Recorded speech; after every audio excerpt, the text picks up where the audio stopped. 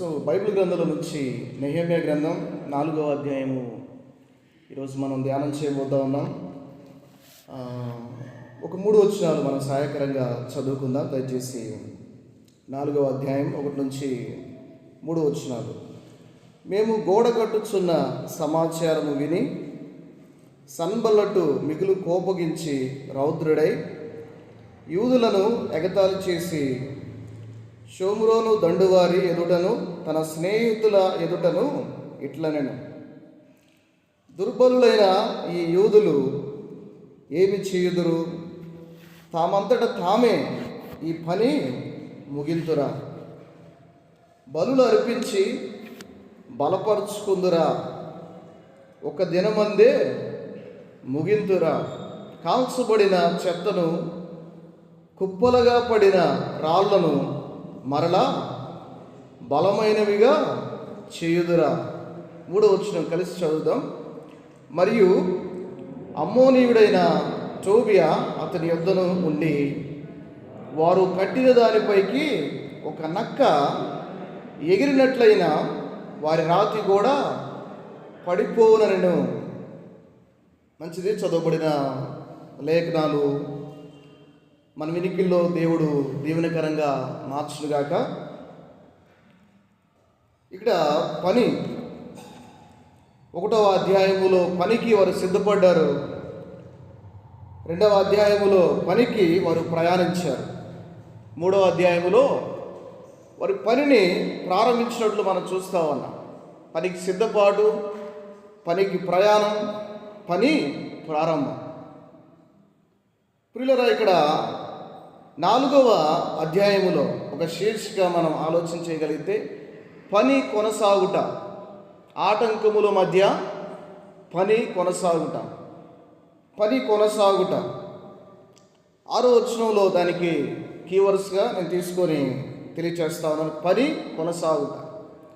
1 నుంచి 6 వచనాలు, దీన్ని 3 భాగాలుగా మనం 23 వచనాలని 3 భాగాలుగా విభజన చేయగలిగితే 1 నుంచి 6 వచనాలు ఆటంకాల మధ్య ప్రార్థించిన నాయకుడు. 7 నుంచి 14 వచనాలు ఆటంకాల మధ్య ప్రోత్సహించబడిన ప్రజలు. 15 నుంచి 23 వచనాలు ఆటంకాల మధ్య పోరాడిన ప్రజలు. ఇక్కడ 3వ అధ్యాయములో పని ప్రారంభమైంది. 4వ అధ్యాయములో వెంటనే వ్యతిరేకత, అపోజిషన్ మొదలైనట్లు మనం చూస్తా ఉన్నాం. ప్రియులారా, దేవుని పని ఎప్పుడు ప్రారంభమై జరుగుతూ ఉన్నప్పుడు ఖచ్చితంగా వ్యతిరేకత అనేది ఖచ్చితంగా వస్తుంది. వ్యతిరేకత లేకుండా పని కొనసాగదండి. మంచిది. మన పనుల్లో కూడా మనం చేసేటప్పుడు, కొన్ని పనులు చేసేటప్పుడు కొన్ని వ్యతిరేకతలు వస్తాయి. కానీ దేవుని పని ప్రాముఖ్యంగా జరిగేటప్పుడు ఖచ్చితంగా వ్యతిరేకతలు వస్తాయండి. ఇక్కడ కూడా వారు వ్యతిరేకతని వారు అనుభవించినట్లు మనం గమనించగలుగుతా ఉన్నాం. 3 వచనాలు మనం చదువుకున్నప్పుడు ఇక్కడ వారి వ్యతిరేకతని వారు అనుభవించారండి. ఇక్కడ సన్బల్లటు వ్యతిరేకించిన వారు ప్రాముఖ్యంగా ఎవరంటే, నెంబర్ 1 సన్బల్లటు, నెంబర్ 2 టోబియా. పిల్లరా, ఈ 3 వచనాల్లో సన్బల్లటు, టోబియా వారు పనిని వారు వ్యతిరేకించారండి. వాస్తవానికి అక్కడ యూదుల యొక్క శత్రువులు వాళ్ళు. పిల్లరా, ప్రాముఖ్యంగా మనం దేవుని పని కొనసాగించేటప్పుడు, మనం దేవుని పని మనం చేసేటప్పుడు, దేవుని పని అనగా సంఘములో కానీ, మన కుటుంబాల్లో కానీ, మన వీధిలో కానీ, సమాజంలో కానీ, అలాగే మనం చేస్తున్న ఆ పని స్థలాల్లో, ఉద్యోగ స్థలాల్లో మనము దేవుని పని, దేవుని సువార్తను ప్రకటించడం, దేవుని మాటలు తెలియచేయడం, దేవుని యొక్క ప్రేమను ప్రకటించడం, అలాగే ఇవి జరుగుతూ ఉన్నప్పుడు సాతాను ఖచ్చితంగా పనిని అడ్డగిస్తాడు. పిల్లరా, సాతాను దేవుని యొక్క పనిని వ్యతిరేకించడానికి సిద్ధంగా ఉంటాడు. దేవుని పని జరిగితే సాతాను తట్టుకోలేడు అనమాట. పిల్లరా, దేవుని పని జరుగుతూ ఉంటే, దేవుని రాజ్యం కట్టబడుతూ ఉంటే తన రాజ్యం కూల్చివేయబడుతుంది. సాతాను యొక్క చీకటి రాజ్యం కూల్చివేయబడుతుంది. సో తద్వారా సాతాను దేవుని పనిని వ్యతిరేకిస్తాడండి. వాడు నేరుగా వచ్చి అటాక్ చేయడు. కానీ ప్రియులరా, ఎవరో ఒకట వ్యక్తుల్ని, అంటే భక్తిహీనుల్ని, దేవుని నమ్మని అవిశ్వాసుల ద్వారా వారి మీద ప్రభావవంతంగా పనిచేస్తూ, అలాగే శరీర సంబంధులైన విశ్వాసుల ద్వారా ప్రభావవంతంగా పనిచేస్తూ పనిని ఆటంకపరచడానికి చాలా ప్రయత్నం చేస్తాడు. వాడు కొన్ని ఆయుధాలు ఉపయోగిస్తాడనమాట దేవుని పనిని ఆటంకపరచడానికి. అంటే సజావుగా, సక్రమంగా, క్రమంగా జరిగే పని, దేవుని రాజ్యం కట్టబడే పని, దేవుని నామం మహిమపరచబడే పనిని వాడు ఆటంకపరుస్తాడు. కొన్ని ఆయుధాలు ప్రారంభం నుంచే వాడు కొన్ని ఆయుధాలు ఉపయోగిస్తూ ఉన్నాడు. వాడి దగ్గర ఉన్నవన్నీ పాత ఆయుధాలు. ప్రియులరా, పని జరుగుతూ ఉన్నప్పుడు సాతాను ఉపయోగించే పాత ఆయుధాలు, ఆ పాత ఆయుధాల ద్వారా పనిని ఆపడానికి ప్రయత్నం చేస్తాడండి. బైబిల్ గ్రంథంలో భక్తుల జీవితాల్లో అనేకమైన ఆయుధాలు వాటిని ఉపయోగించి పనిని ఆటంకపరిచినట్లు మనం గమనించగలం. ఇక్కడ ఉపయోగించే ఆయుధాలు 1వ వచనంలో మనం చదువుకుంటే, సమాచారం విని సన్మల్లటు మిగుల కోపగించి. ఏంటడా? మిగులు కోపగించి. ఇక్కడ మిగులు కోపగిస్తూ ఉన్నాడు ఎవరు? సన్బలుడు. నెంబర్ 2 అక్కడ మనం చూస్తే రౌద్రుడై. 3వది ఎగతాళి చేసి అని మనం చూస్తూ ఉన్నామండి. ఇక్కడ వాళ్ళకి వచ్చే నష్టం ఏంటి? ఇంతకీ ఆ పని జరుగుతూ ఉంది. చక్కగా యెరూషలేములో వారు ప్రాకారాలు కట్టుకుంటూ ఉన్నారు. వారు సెక్యూరిటీ కోసం వాళ్ళు దేవుని పనిని చక్కగా జరిగిస్తూ ఉన్నారు. వాళ్ళకు వచ్చే నష్టం ఏంటి అంటే ప్రియులారా, వారికి ఏం నష్టం లేదు. కానీ వారి వెనకాలన్న సాతాను వారు బలపడతారేమో, ఆ తర్వాత ఒకవేళ వారి మీద బలంగా తయారవుతారేమో అని ముందుగానే సాతాను ఏం చేస్తూ ఉన్నాడంటే వారి మీదకి కోపాన్ని తీసుకొస్తూ ఉన్నాడు. ఎట్లా? కోపపడటం సహజమే, మానవుని సహజ లక్షణం. కానీ ఇక్కడ వారు ఏం చేస్తూ ఉన్నారండి? మిగుల కోపగించి. ప్రియులారా, ఈ మిగుల కోపగించి అనే పదములో వారిలో అసూయ బయలుదేరుతూ ఉందండి. మిగుల కోపగించి అంటే మిగుల కోపగించి అనే పదములో అసూయ కూడా ఉంది. సో సాతాను యొక్క ఆయుధాలు అనమాట ఇవి, సాతాను యొక్క లక్షణాలు. మిగులు కోపగించటం, అసూయ పడటం, దేవుని పని జరుగుతూ ఉండగా అసూయ అనేది సాతాను లక్షణం అన్నమాట. మిగులు కోపగించటం. అలాగే రౌద్రుడై అని మనం చూస్తాం. 2వ సాతాను ఆయుధం. మనం పనిచేస్తున్న వేళల్లో, స్థలాల్లో కొంతమంది వారు రౌద్రులు అవుతారనమాట. ఒకసారి సువార్త ప్రకటిస్తూ ఉంటే ఒక ఆయన ఊగిపోతూ ఉన్నాడు ఆవేశంతో, ఇష్టానుసారంగా మాట్లాడుతూ ఉన్నాడు అనమాట. రౌద్రుడై, ఆవేశం కూడా ప్రియులారా సాతాను లక్షణమే, వాడి యొక్క ఆయుధాలు అనమాట. 3వది మనం చూస్తే అక్కడ ఎగతాళి చేసి. ఇక్కడ ఎగతాళి చేయడం, అవమానం. ఇక్కడ ఆటంకాలు మనం చూస్తూ ఉన్నాం. సాతాను యొక్క ఆయుధాలు అసూయ, ఆవేశం, అలాగే అవమానాలు. ప్రియులారా సాతాను ఆయుధాలుగా ఉన్నాయి. ఈ ఆటంకాలని ఇక్కడ మనం చూస్తే వాడు ఆటంకపరిచేవాడుగా ఉన్నాడు. దేవుని యొక్క పనిని ఆటంకపరిచేవాడుగా ఉన్నాడు. ఆ ఆయుధాలతోనే మాటికి దాడి చేసేవాడుగా ఉన్నాడు. ఎగతాళి, అవమానం మనం చూస్తూ ఉన్నాం. కొన్నిసార్లు ఎవరైనా చిన్న మాట అవమానించారనుకో వెంటనే కురిగిపోతాం. సో ఇక్కడ వాడు ఉపయోగించే ఆయుధాలు మనం తెలుసుకోవాలి.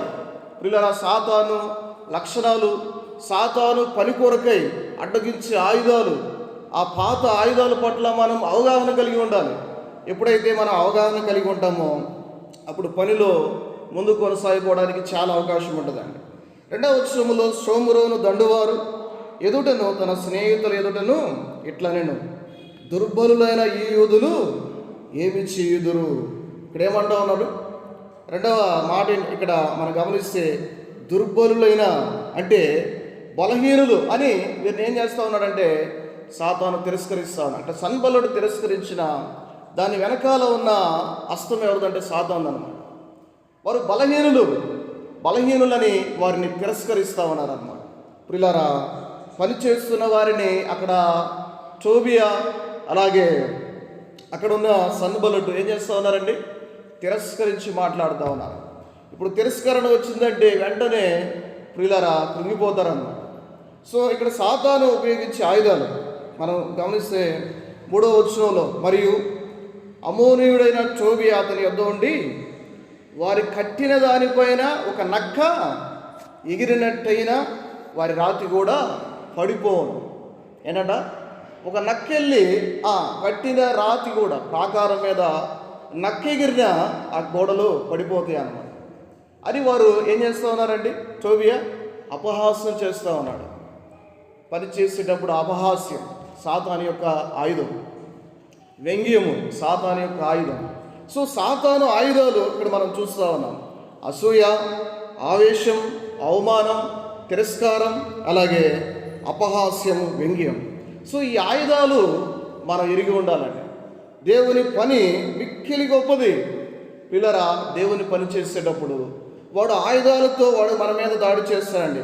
పని ప్రారంభమైంది వెంటనే, సగం కట్టబడ్డాయో లేదో పిల్లరా, వెంటనే సాతాను దాడి చేస్తున్నట్లు మనం చూస్తూ ఉన్నామండి.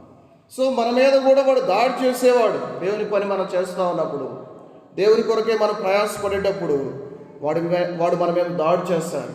సో ఈ పని చేస్తూ ఉన్నప్పుడు, ఇందుకే దేవుని పని చేస్తున్నా లేదా?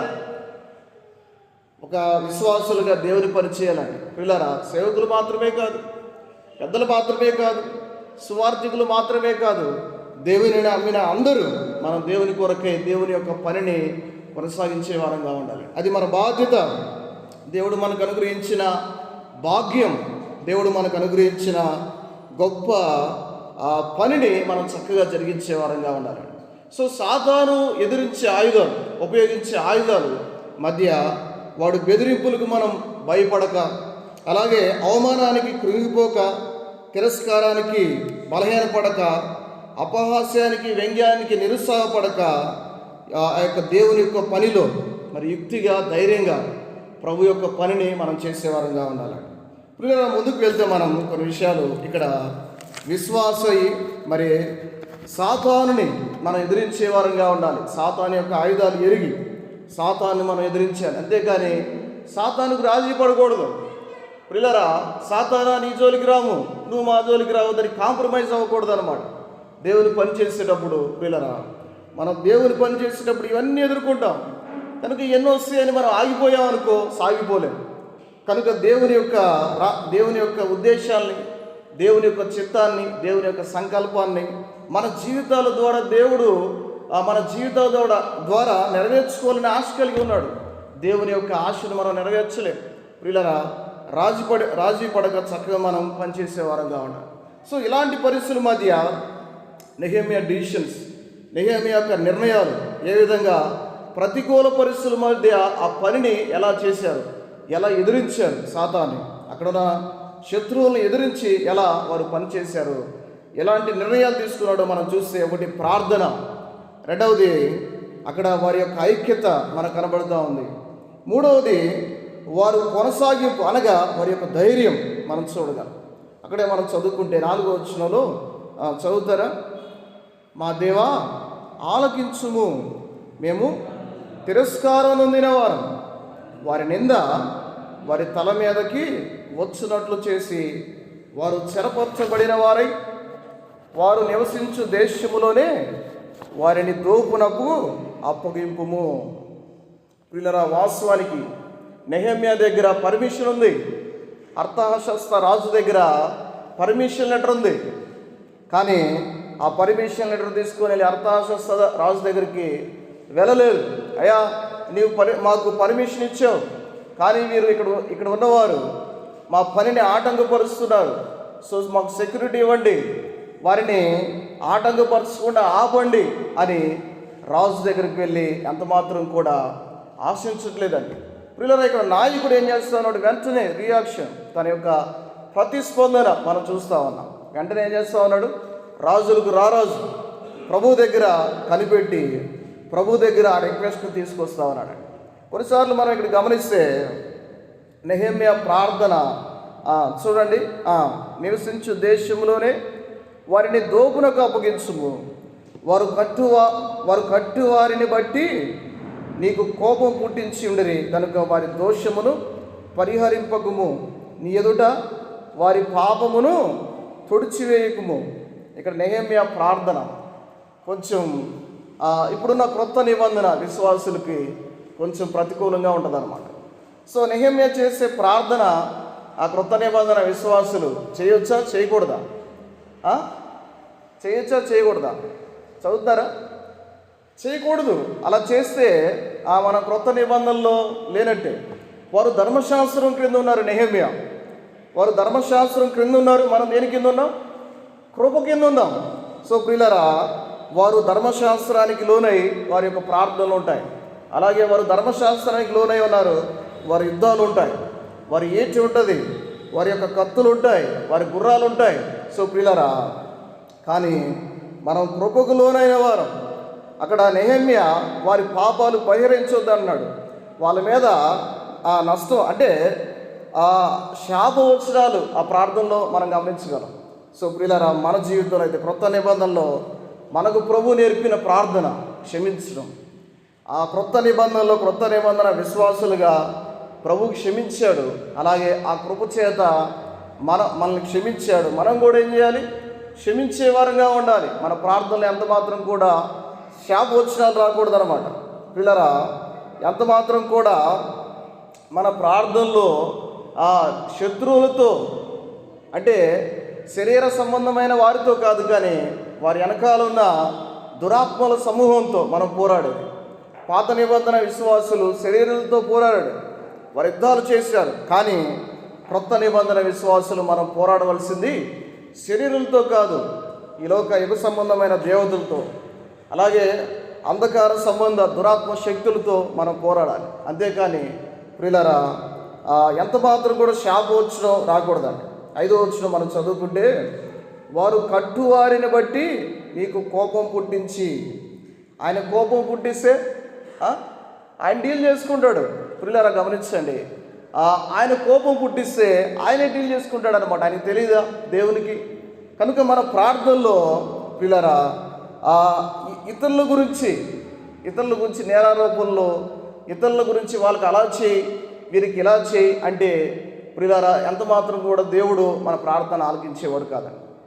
సో దేవుడు క్షమించేవాడు. దేవుడు ఆయన ఒకవేళ దేవుడు ఇప్పుడు మనం వాళ్ళని నాశనం చేయి అని మనం ప్రార్థన చేసామనుకో, ఒకవేళ ఆ దుర్మార్గులే, ఆ దుష్టులే, ఆ భక్తిహీనులే ఒకవేళ దేవుని యొక్క దృష్టిలో దేవుని మాటలు విని ఒకవేళ మారు మనసు పొంది వారు దేవుని పిల్లలు అవ్వచ్చు. కనుక దేవుని దృష్టిలో ఉన్న వారిని నాశనం కోరటం దేవుని చిత్తం ఎంత మాత్రం కానే కాదు.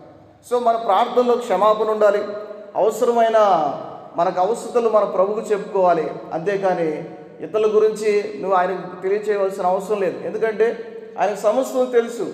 సో మన జీవితాల్లో అంటే ఇతరుల గురించి నేరారోపణ చేయవలసిన అవసరం లేదు. ఒకరికొకరు ప్రార్థన చేయాలి, వారి అవసరతల కొరకు మనం ప్రార్థన చేయాలి. అంతేకాని వారి మీద నేరారోపణలు, వారికి అలా చేయి ఇలా చేయి అని ప్రార్థన చేస్తే దేవుడు ఆ ప్రార్థన ఆలకించేవాడు కాదండి.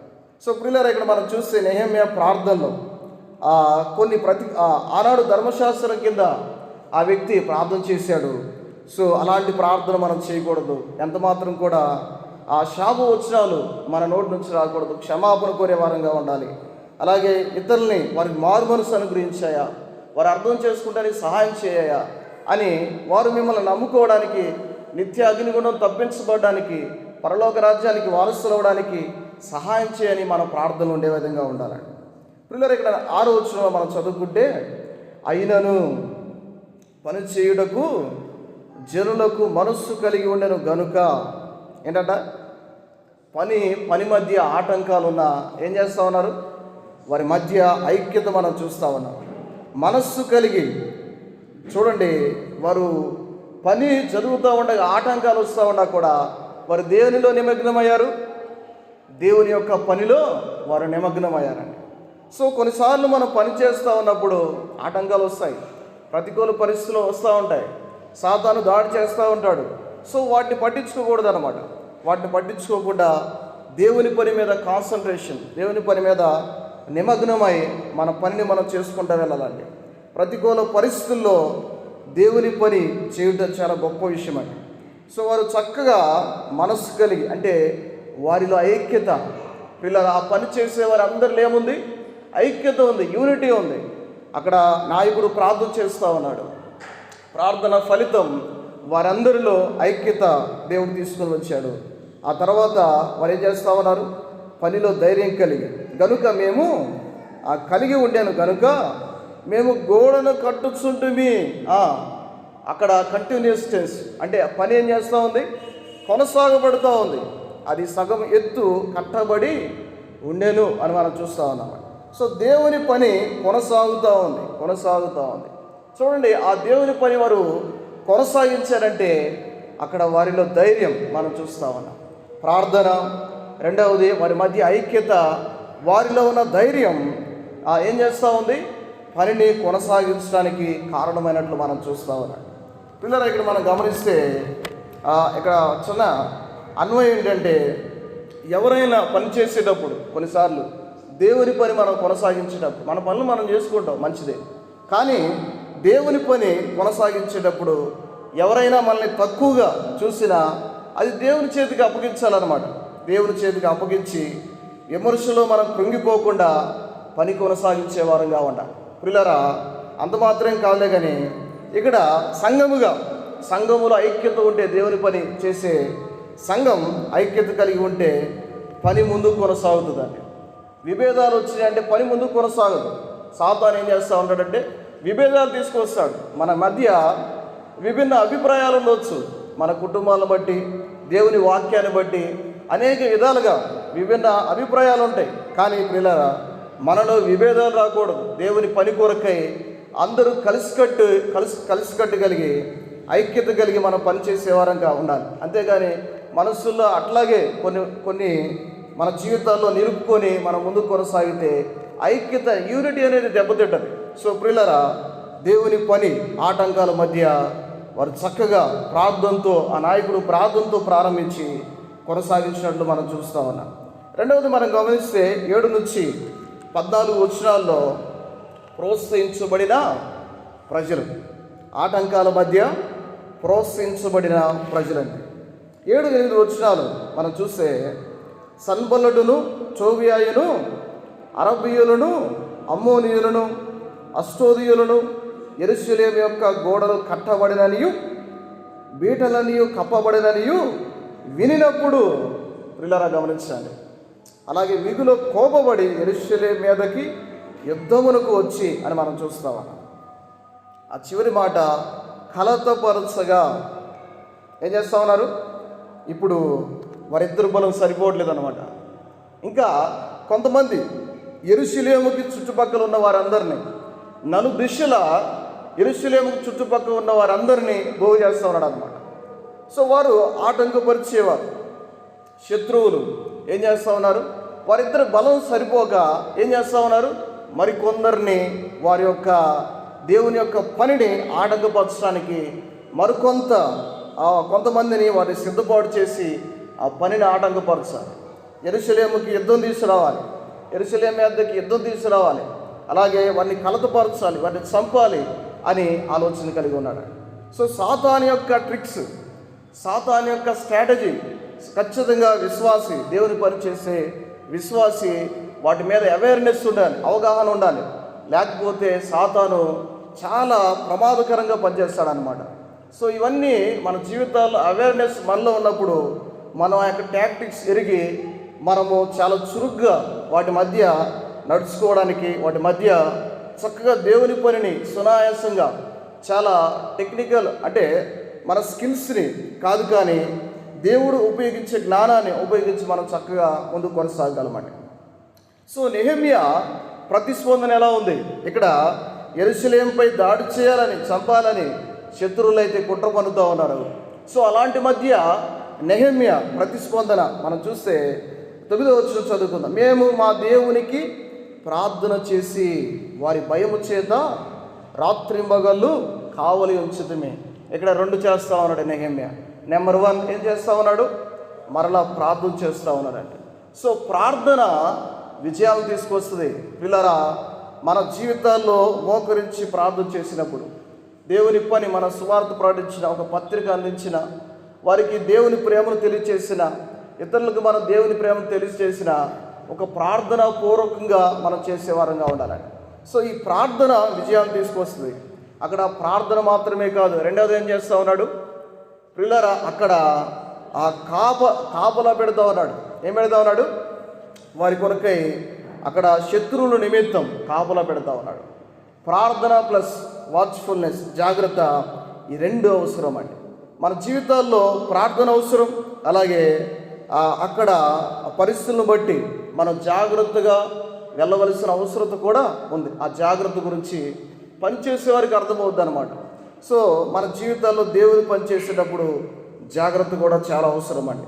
ఇక్కడ దేవుని సువార్త ప్రకటించేటప్పుడు మన జీవితాల్లో ప్రార్థన మాత్రమే కాదు, కానీ జాగ్రత్త కూడా అవసరమని ఈ యొక్క వాక్యం మనకు తెలియజేస్తూ ఉంది. 10 నుంచి 12 వచనాల్లో మనం చదువుకుంటే, అప్పుడు యోధావారు బరువులు మోయేవారి బలం తగ్గిపోయేను, ఉన్న చెత్త విస్తారం గోడ కట్టలేమని చెప్పగా. ప్రియులారా, 10 నుంచి 12 వచనాల్లో వారి మధ్య నిరుత్సాహం ఏర్పడింది. అలాగే వారి మధ్య నిరుత్సాహం మరియు భయం ఏర్పడినట్లు మనం చూస్తామండి.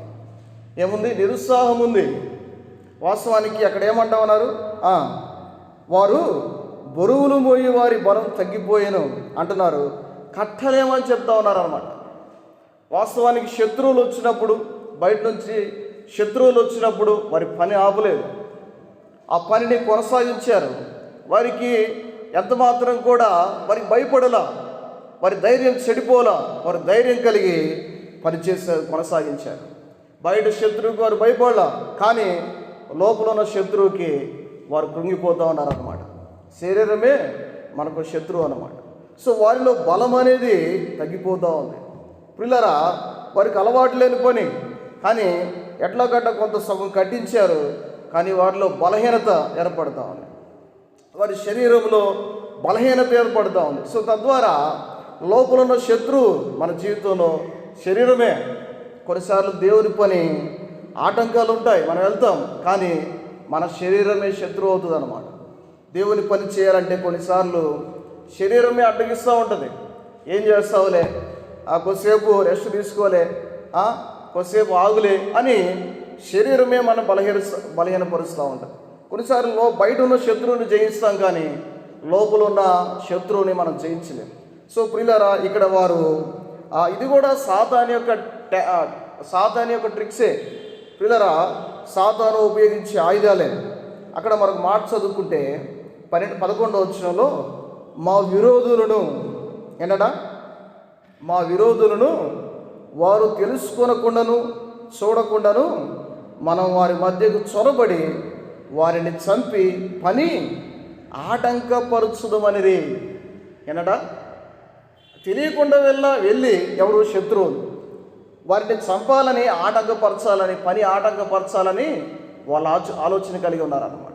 సో ఇక్కడ సాతాను యొక్క చాటు వ్యవహారాలు, ఇక్కడ సాతాను యొక్క ట్రిక్స్ ఇవన్నమాట, ఆయుధాలు. అంటే ఏదో విధంగా పనిని ఆపాలి అని సాతాను యొక్క చాటు వ్యవహారాలు చూస్తా ఉన్నామండి. అంటే రహస్యంగా వెళ్ళి వారిని చంపాలని, వారికి తెలియకుండానే వాళ్ళని చంపాలని ఆలోచన కలిగి ఉన్నాడు. వాస్తవానికి మొట్టమొదటి ఏమన్నాడు? అక్కడ ఒక నక్క, 3వ వచనంలో ఏమంటా ఉన్నాడు? ఒక నక్క ఎగిరినట్టయినా వారి రాతి కూడా పడిపోను అన్నాడు అనమాట. ఇప్పుడు ఏమంటా ఉన్నారు? రహస్యంగా వెళ్ళి వారిని చంపాలని ఆలోచన చేస్తూ ఉన్నారు. సో వాస్తవానికి 4 నక్కలను పంపిస్తే పోయింది కదా, అక్కడ గోడల్ని పడగొట్టడానికి 4 నక్కలను పంపిస్తే పడిపోతాయి కదా, కానీ ఇప్పుడు ఎందుకు మళ్ళీ చంపడానికి వెళ్తూ ఉన్నారు? సో ఇవన్నీ ట్రిక్స్ అనమాట, సాతాను యొక్క ట్రిక్స్ మన మీద ప్లే చేస్తూ ఉన్నాడు. కొన్నిసార్లు మన జీవితాల్లో కూడా అంటే మొట్టమొదటిగా సాతాను యొక్క దాడి ఎలా ఉంటుందంటే, మాటల ద్వారా మన మీద దాడి జరుగుతుంది. ఆ తర్వాత నెక్స్ట్ యాక్షన్ ఏంటంటే మనం చూస్తే ఇక్కడ వ్యక్తిగత దాడి మనం చూస్తామని. ఇప్పుడు ఇలా గమనించిన దేవుని పని జరిగేటప్పుడు సాతాను మొట్టమొదటిగా మాటల ద్వారా దాడి చేస్తాడు. సో నెక్స్ట్ తర్వాత మనం వినకపోతే పని కొనసాగుతూ ఉంటే అనేకమైన వ్యక్తులు వచ్చి మన మీద దాడి చేస్తారు. ఎంతమంది సువార్థికులు కొట్టబడుతూ ఉన్నారు, ఎంతమంది చంపబడుతూ ఉన్నారు, ఎంతమంది గాయపరచబడుతూ ఉన్నారు, ఎంతమంది అవయవాలు విరగొట్టబడుతూ ఉన్నాయి. ఒకసారి ఆలోచన చేయండి. ప్రియులారా, సాతాను ఆలోచన చేసే విధానాలు మనం గమనించగలుగుతా ఉన్నామండి. 12వ వచనంలో, మా శత్రువుల యొద్ద నివాసులైన యూదులు వచ్చి నలుదిక్కుల నుండి మీరు మాకు సహాయమునకు రావాలని మాటి మాటికి మాతో చెప్పగా అని మనం చూస్తూ ఉన్నాం. ఇక్కడ ప్రజలు అలసిపోయారు, పని చేస్తూ ఉన్నారు, వారి యొక్క శరీరంలో బలహీనత ఏర్పడింది. వారి ఎప్పుడైతే శరీరంలో బలహీనత ఏర్పడుతుందో ఆటోమేటిక్గా భయం కూడా ఏర్పడుతుంది అనమాట. సో ప్రియులారా, వారు భయం మధ్య వారు భయం కలిగి ఉన్నారు. అలాంటి పరిస్థితుల మధ్య అక్కడ ఉన్న సహోదరుల యొక్క సహాయాన్ని కోరుకుంటా ఉన్నారు. సో దేవుని పని ఒక్కరితో జరిగేది కాదనమాట. ప్రియులారా గమనించండి, ఒకరికొకరు సహాయపడాలి, ఒకరికొకరు సహాయం చేసుకోవాలి, అప్పుడే దేవుని పని కొనసాగుతుందండి. సో ఒక్కరితో జరిగే పని కాదు, లేకపోతే ఇద్దరితో జరిగే పని కాదు. దేవుని పని చేసేవారందరూ సహాయపడితేనే, ఐక్య మనసు కలిగి ఉంటేనే ఆ పని కొనసాగుతుందండి. సో ఒక ఆత్మీయ సత్యం ఏంటంటే పని మధ్యలో నిరుత్సాహం అనేది సహజం అండి. పని మధ్యలో నిరుత్సాహం సహజం. మరి పని చేస్తూ ఉన్నారు, ఆ పని మధ్య ఏమొచ్చిందండి? బయట వెలుపల శత్రువులు వస్తే భయపడలా కొనసాగించారు, కానీ లోపల శత్రువు శరీరమే నిరుత్సాహం ఏర్పడింది. ఇవన్నీ పని చేస్తూ ఉన్నప్పుడు కొన్నిసార్లు సాతాను జరిగించే దాడులకు, పిల్లరా గమనించండి, సాతాను జరిగించే దాడులకు మనలో కొన్నిసార్లు నిరుత్సాహం ఏర్పడుతుంది. సో ఆ నిరుత్సాహం మధ్య మనం ఎంత మాత్రం కూడా కృంగిపోక, నువ్వు శ్రమ దినమున కృంగిని ఎడలా నీవు చేతగాని వాడవగదు. సో మన జీవితాల్లో దేవుని కొరకై చేత అయ్యే వారంగా ఉండాలి, కానీ చేతగాని వాడుగా మనం మిగిలిపోకూడదు, రాజీ పడకూడదు. పిల్లరా, మనకు సాధ్యమైన వరకు, మన అంతము వరకు మనం పోరాడే వారంగా ఉండాలి, కానీ ఎంత మాత్రం కూడా పోరాటం ఆగిపోయే వారంగా ఉండకూడదండి. పిల్లలు ఇక్కడ మనం గమనిస్తే 13-14 వచనంలో అక్కడ నాయకుడు వారిని ఏం చేస్తూ ఉన్నాడంటే ఆ ప్రతికూల పరిస్థితుల మధ్య వారిని ధైర్యపరుస్తూ ఉన్నాడు, వారిని బలపరుస్తూ ఉన్నాడు, ప్రోత్సహిస్తూ ఉన్నాడు. కనుక పని జరుగుతూ ఉన్నప్పుడు ధైర్యం అవసరం, ప్రోత్సాహం అవసరం. అంతేకాని పని చేసేవారు ఒకరిని విమర్శించుకుంటే, ఒకరిని ఒకరు అధైర్యపరుచుకుంటే, ఒకరిని ఒకరు హీనపరుచుకుంటే, కించపరుచుకుంటే, నిరుత్సాహపరుచుకుంటే శత్రువు మన మీద మరింతగా దాడి చేయడానికి అవకాశం ఉంటుంది. సో ఇక్కడ ఎంకరేజ్మెంట్ ఇక్కడ మనం చూస్తాం అన్నమాట. 13వ వచనంలో అందునిమిత్తం గోడ వెనక ఉన్న దిగువ స్థలములోను పైన స్థలములోను జనులను వారి వారి కుటుంబముల ప్రకారముగా వారు కత్తులతోనూ వారి ఈటెలతోనూ వారి వెండ్లతోనూ నిలిపి తిని. ప్రియులారా, ఇప్పుడు చూడండి ఎంత ప్రోత్సాహం వస్తుందో చూడండి. సో ఇక్కడ నాయకుడు ఏం చేస్తూ ఉన్నాడంటే వారు అవసరత కోరినప్పుడు అందరూ వచ్చారు, ఐక్యపరచబడ్డారు. సో వారి మధ్య ఇంకా అంతటితో సరిపోదు కానీ ఇంకో మాట తెలియజేస్తున్నాడు. 14 వచనం చదువుకుందాం. అంతటా నేను లేచి చూచి ప్రధానులతోనూ అధికారులతోనూ జనులతోనూ వారికి మీరు భయపడకుడి. ఏం చేస్తూ ఉన్నాడండి? ధైర్యపరుస్తూ ఉన్నాడు. ఇక్కడ మీరు భయపడకుడి ఎంకరేజ్మెంట్ వాడు అనమాట. ఇక్కడ తెలియచేస్తూ ఉన్నాడు, వారందరినీ సమకూర్చాడు. వారికి తెలియచేస్తున్న మాట ఏంటంటే భయపడుకుడి. అంత మాత్రమే కాదు, కానీ దేవుని గురించి తెలియచేస్తూ ఉన్నాడు, దేవుణ్ణి వారికి ప్రదర్శిస్తూ ఉన్నాడు అనమాట. దేవుడు ఎలాంటి వాడు అక్కడ తెలియచేస్తున్నాడు. మహాగణుడును భయంకరుడునగు యెహోవాను జ్ఞాపకం చేసుకొని. ప్రియులారా, సెకండ్ ఎంకరేజ్మెంట్ వర్డ్ ఏంటంటే దేవుణ్ణి జ్ఞాపకం చేస్తూ ఉన్నాడు అనమాట. ఎవరంట ఆయన? మహాగణుడును భయంకరుడును. ఇప్పుడు దేవుణ్ణి జ్ఞాపకం చేసుకోనండి అని వారిని ఎంకరేజ్ చేస్తూ ఉన్నాడు. పిల్లరా, పని మధ్య భయాలు కలుగుతాయి. పని చేస్తూ ఉన్నప్పుడు ఆ శత్రువు దాడికి భయం, నిరుత్సాహం. కానీ మన దేవుణ్ణి అధైర్యపడినప్పుడు, ధైర్యం కోల్పోయినప్పుడు, ఆ దేవుణ్ణి జ్ఞాపకం చేసుకున్నప్పుడు, దేవుని వాగ్దానాన్ని మనం జ్ఞాపకం చేసుకున్నప్పుడు మనలో కలిగే ధైర్యం వేరనమాట. మహాగణుడు బహు భయంకరుడు. పిల్లరా గమనించండి, ఆ శత్రువులు అంత గనులు కాదు, అలాగే ఆ శత్రువులు అంత భయంకరులు కాదు. కానీ మన దేవుడు ఎవరు? ఆయన మహాగణుడు కనుక మన పక్షాన ఉండేవాడు. అలాగే ఆయన బహు భయంకరుడు, మన పక్షాన యుద్ధం చేసేవాడు అని ఆ మాటలు వారిని ప్రోత్సాహపరుస్తూ ఉన్నాయి. నిజంగా ఇక్కడ మనం ఆలోచించగలిగితే వారు ప్రార్థన చేస్తూ ఉన్నారు. ఆ పని ప్రతికూల పరిస్థితుల మధ్య అలాగే వారు ధైర్యం చేయడారు. ధైర్యం చేయటప్పుడు నాయకుడు వారిని ప్రోత్సహిస్తున్నట్లు మనం చూస్తూ ఉన్నాం. కనుక మన జీవితాల్లో ఎప్పుడైనా ధైర్యం చేయనప్పుడు, దేవుని పని కొనసాగించేటప్పుడు కొన్నిసార్లు అధైర్యం అనేది సహజం. సో ధైర్యం చేసేటప్పుడు ప్రభు యొక్క వాగ్దానాలు జ్ఞాపకం చేసుకోవాలి. 365 సార్లు ఇంచుమించు అప్రాక్సిమేట్లీ భయపడుకుడి అని దేవుని వాక్యం రాయబడింది అన్నమాట. సో ఎందుకు భయపడాలి? దేవుని యొక్క పని చేసేటప్పుడు. సో సహోదరులారా, దేవుని పని చేసేటప్పుడు మనం ధైర్యం కలిగి ఉండాలి. సో ధైర్యపడి మన జీవితాల్లో దేవుని వాగ్దానాలను జ్ఞాపకం చేసుకొని మనం ముందుకు కొనసాగే వారంగా ఉండాలి, కానీ ఎంత మాత్రం కూడా ఆగిపోయే వారంగా ఉండాలి. కనుక ఇక్కడ పని ఆటంకాల మధ్య ప్రోత్సహించబడ్డారు ప్రజలు, చక్కగా ప్రోత్సహించబడ్డారు. సో ఇక్కడ ప్రోత్సహించబడి వారు ఏం చేస్తూ ఉన్నారు?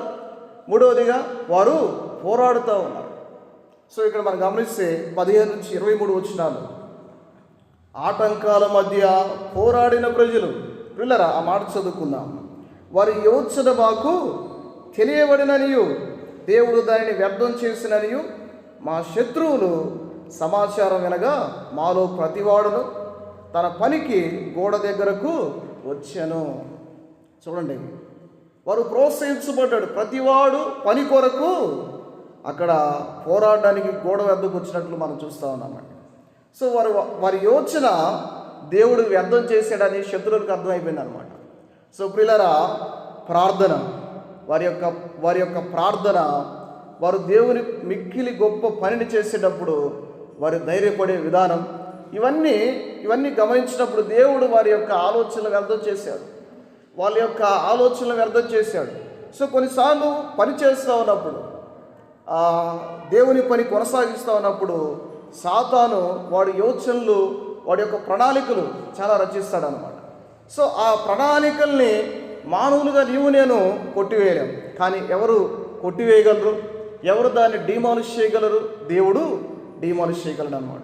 సో ప్రియులరా, వారి ఆలోచనలు కొట్టివేయవాడు, వారి యొక్క అంటే సాతాను యొక్క ఆలోచనలు కొట్టివేయవాడు, పనిలో ముందుకు కొనసాగించేవాడు.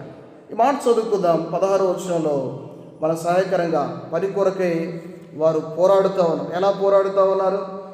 16వ వచనం, అయితే అప్పటి నుండి నా పనివారిలో సగం మంది పరిచయించు వచ్చిరి, సగం మంది ఈటెలను, బల్లెములను, విండ్లను, కవచములు ధరించిన వారే వచ్చేది.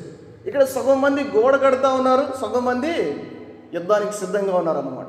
పిల్లలు గమనించండి, ఇక్కడ సగం మంది ఏం చేస్తూ ఉన్నారండి? గోడ కడతా ఉన్నారు, సగం మంది యుద్ధం చేస్తూ ఉన్నారు. 17వ వచనంలో ఒక చేత్తో పని, ఒక చేత్తో ఆయుధాలు పట్టుకున్నారన్నమాట. వారి పని చూడండి, ఒక చేత్తో పని, ఒక చేత్తో ఆయుధాలు.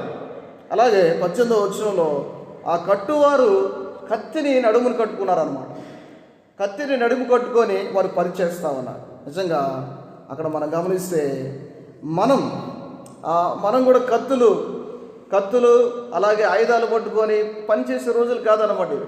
క్రొత్త నిబంధన విశ్వాసం, దేవుని వాక్యం అనే ఖడ్గాన్ని పట్టుకోవాలి.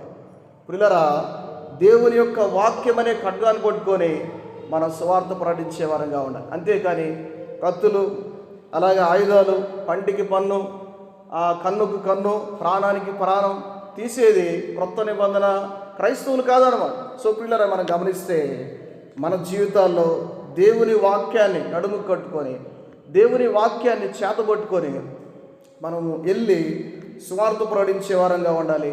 సంఘము కొరకే పనిచేయాలి, కుటుంబాల్లో పనిచేయాలి, వీధుల్లో పనిచేయాలి, అలాగే సమాజంలో పనిచేయాలి.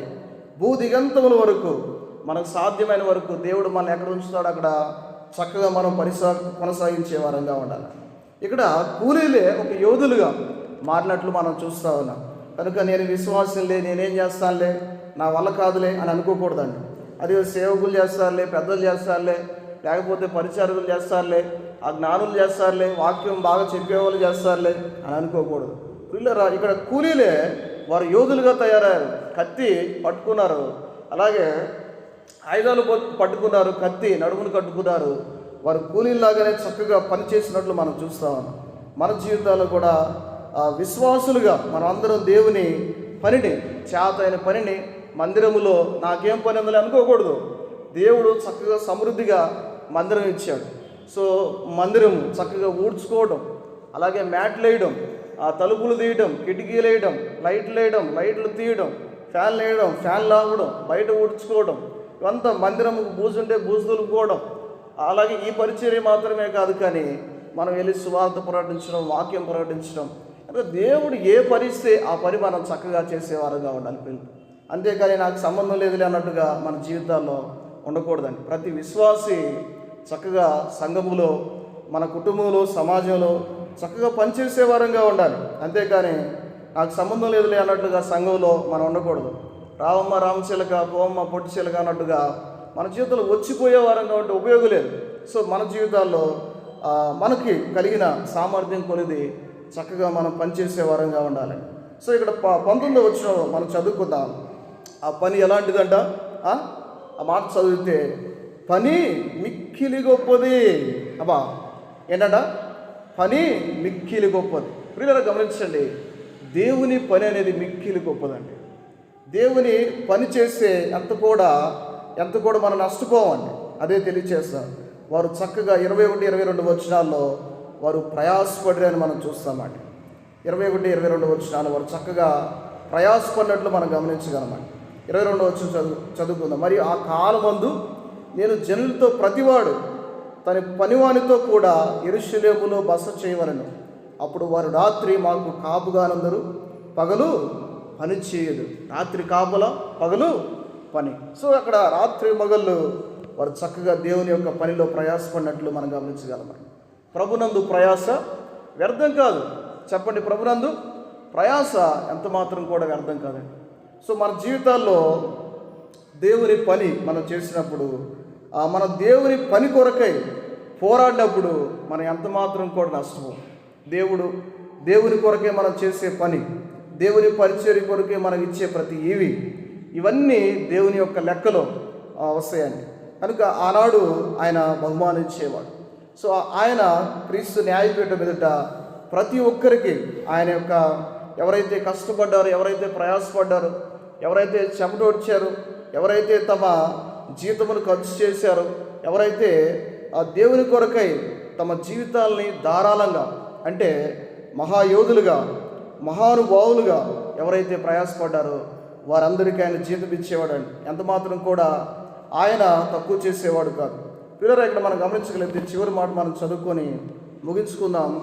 ఆ పనిలో పోరాడిన విధం ఎలాగంటే, ఇలాగున నేను కానీ, నా బంధువులు కానీ, నా పనివారు కానీ, నా వెంబడి ఉన్న పారావారు కానీ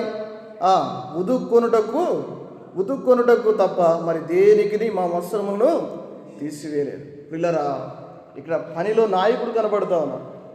నాయకుడు పని చేయిస్తున్నాడు అన్నమాట. సో లీడర్షిప్ అనేది, నాయకత్వం అనేది మనం పని చేయించే వారంగా ఉండాలి. అంతేకాని మనం ఆర్డర్లు వేసి మనం కూర్చున్నాం అనుకో ఉపయోగం లేదు పిల్లరా. కనుక మన జీవితాల్లో చక్కగా మనం దేవుని యొక్క పనిలో పోరాడే వారంగా ఉండాలి. ఇక్కడ భక్తుల జీవితాల్లో వారు ఆటంకాల మధ్య వారు ప్రార్థించిన నాయకుడండి. సో ఆటంకాల మధ్య వారు ప్రార్థించారు. అలాగే ఆటంకాల మధ్య ప్రజలు ప్రోత్సహించబడ్డారు. చక్కగా పని కొరకై ధైర్యపరచబడ్డారు. సాతాను యొక్క కుయుక్తులను వారు ఎరిగి చక్కగా ముందుకు కొనసాగారు. అలాగే ఆటంకాల మధ్య వారు పోరాడారు. ప్రియులారా, చక్కగా దేవుని యొక్క పని కొరకై వారు ఐక్యత కలిగి చక్కగా పనిని వారు కొనసాగించిన వారుగా ఉన్నారు. అందులో నాయకుడు చక్కగా పనిచేస్తూ వారందరినీ పని చేయించిన వాడుగా ఉన్నాడు. సో మన జీవితాల్లో కూడా ఆటంకాలు ఖచ్చితంగా వస్తాయి. అయితే అలాంటి పరిస్థితుల మధ్య దేవుని యొక్క పని కొరకై మనం చక్కగా ప్రార్థనాపూర్వకంగా సిద్ధపడి, అలాగే మన జీవితాల్లో మనం ప్రోత్సహించుకుంటూ ఇతరుల్ని ప్రోత్సహిస్తూ అలాగే దేవుని యొక్క పని కొరకై పోరాడుతూ, అలాగే ప్రతి ఒక్క పనిలో మనం ముందు కొనసాగడానికి, దేవుని కొరకై విజయాన్ని సాధించడానికి, అలాగే మనం దేవుని యొక్క బహుమానం పొందుకోవడానికి